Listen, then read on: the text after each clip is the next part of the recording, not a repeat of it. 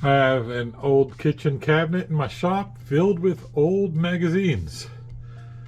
All woodworking. We got some fine woodworking, we got some wood magazines, we got some other magazines, and now I gotta figure out what the heck am I gonna do with these.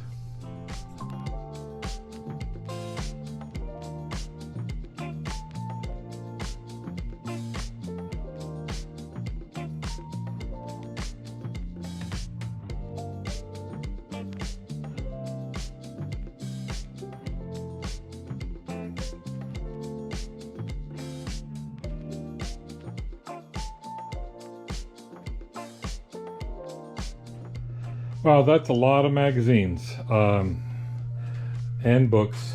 So we have here 3 stacks of wood magazine and tools and tips. We got a stack here of workbench. This one on top is 1983. I think pretty much all these are from the 80s. But look at this beautiful cabinet that they did in this magazine. Let's see if I can do this without shine. That is absolutely gorgeous with the chipboard. We won't be doing that. And look at this wood magazine. Inside Mickey's Workshop at Disney World. That's interesting. I've got Hands-On magazine here that goes back to the 1980s. An American Woodworker, 90s and 80s, or early 90s. Woodsmith. I used to subscribe to Woodsmith years ago. Fine Woodworking. Some random stuff. Look at this old catalog. For some reason I decided to keep of garden patterns. And books. Now here's something interesting. Some coloring books.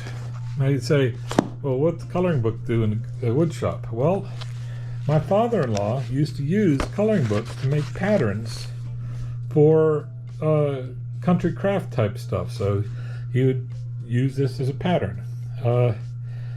And that stuff sold pretty well back in the 80s when he used to do this. Now this one's not so good because it's got puzzles in it. But that's interesting. Now, to figure out what I'm going to do with all this.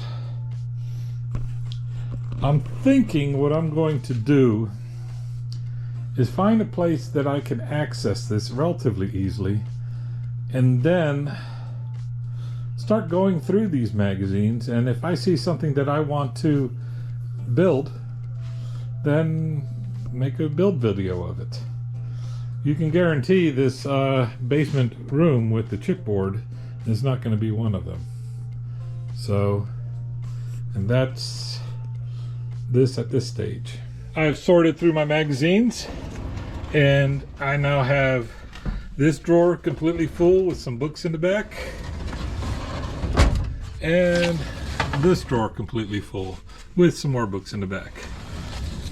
What I'm going to be doing in the next couple months is I will be starting to go through these magazines, and when I see a project I want to work off, I will make a video of it. In a way it'll be kind of interesting because as I was sorting through the magazines I saw several projects that looked like they might be fun to do, but out of the 1980s. So hopefully this will work out.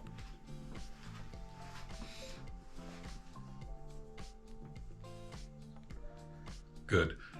Finally, after every woodworking project, you should always count your fingers. You end with 10. Good job.